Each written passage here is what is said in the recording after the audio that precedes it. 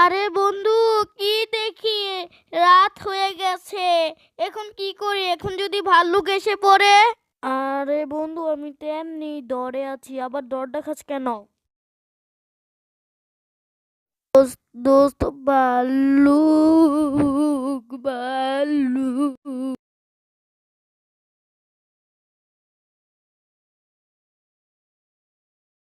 বাঁচাও বাঁচাও, আমাকে বাঁচাও বাঁচাও, ভাল্লুকের হাত থেকে আমাকে বাঁচাও বাঁচাও।